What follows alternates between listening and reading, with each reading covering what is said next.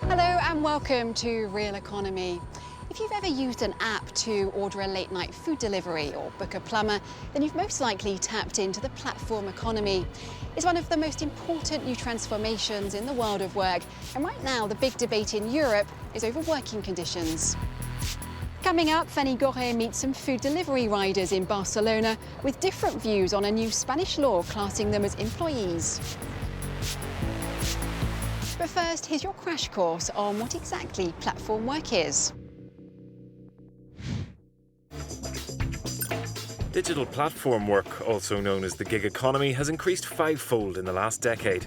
It's where individuals provide specific services organised through a digital platform which connects them with clients. This can be a location-based app, allocating jobs such as food delivery, taxi or plumbing services, or web-based platforms, outsourcing work like translation or graphic design. These platforms are creating new job opportunities, but there are challenges to ensure good working conditions and that the algorithms treat workers fairly. The EU has launched a public consultation on the rights of platform workers, inviting trade unions and employers' organisations to find agreement. If they can't, the Commission will draw up legislation by the end of 2021. This new model of platform working has left governments unsure how to regulate it. Spain is the first EU country to pass a law classing food delivery riders as employees with full social benefits. Fanny Gorre headed to Barcelona to meet some riders and to get their views. These two young delivery men know the streets of Barcelona by heart, one on a scooter, the other on a bicycle, carrying food or parcels. Both are self-employed workers and their situation is set to change in the coming months. A new law being presented to the Council of Ministers will classify all riders working for delivery platforms as employees. They will have access to rights like unemployment benefit, holiday pay and sick leave. For this young South American rider who wants to remain anonymous, it's a relief.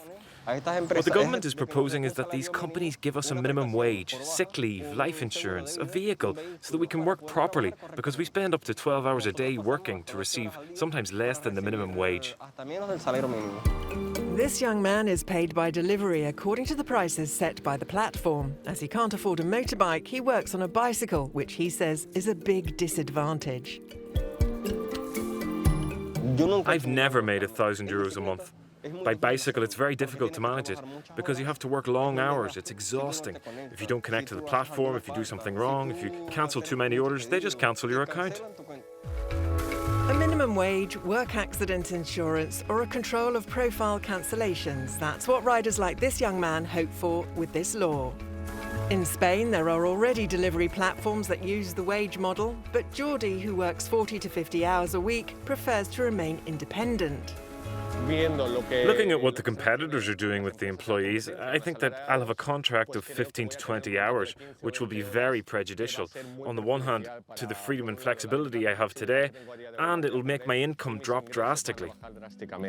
Working on a scooter for several platforms, he's satisfied with earning more than the Spanish minimum wage of around €1,100 gross per month. Although he would welcome improvements, such as being able to set his own prices. Most self-employed people think we need to reinforce our protections, but not necessarily through a contract. Experience has taught us that they make us more precarious and don't protect us as the government would have us believe. This complex situation reflects the diversity in the profiles of the people who use digital platforms to find clients, in sectors such as transport, home services and online services. Laura is a graphic designer. After losing her job due to the health crisis, she turned to a platform that connects her directly to a wide range of clients. You sign up to the platform, you create your profile, you put your rate, your hours, your availability. For me, the change is positive because it gives me the freedom to dedicate the hours that I want to dedicate and do the projects that I really like. I believe that platforms like this help you open up to the job market. While more social protection is needed for some of these workers, the model of flexible working hours and working time is championed by others, as by the digital platforms which defend their model. According to the International Labour Organization, they generate just under €4 billion of annual income in Europe. But how can compliance with labour laws and the quality of the jobs generated be ensured?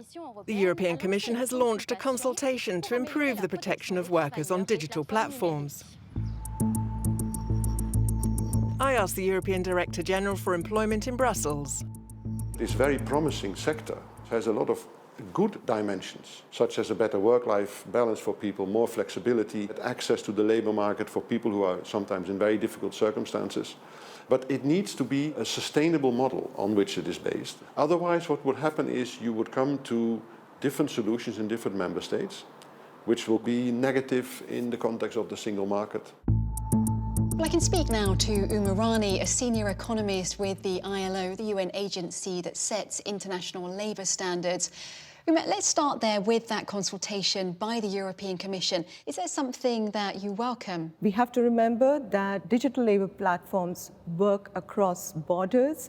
So EU legislative framework, which will come out by the end of this year, would be a very good step forward in improving the lives and the working conditions of the workers on the platforms. Now, we saw there the rider in Fanny's report that says he's penalised by the algorithms if he turns down any jobs. Is that something you've come across much? This is an experience of many workers on these platforms. The platforms are actually using algorithmic management practices in allocating the work, in rewarding the work, and in monitoring and the entire process of the work itself. If you start refusing work, if you are not able to keep up the speed, then it penalizes you. But we saw there that not all riders actually want to be employed. Many of them like the flexibility of working the hours they want.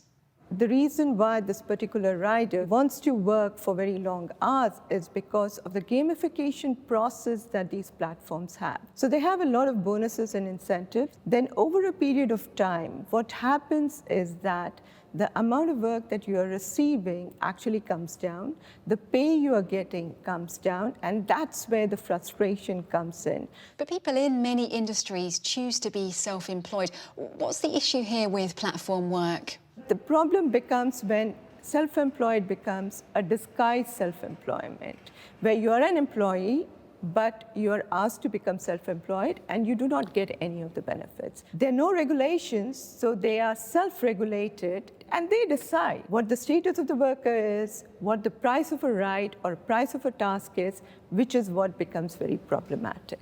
Uma Rani, thank you very much indeed for being with us on Real Economy.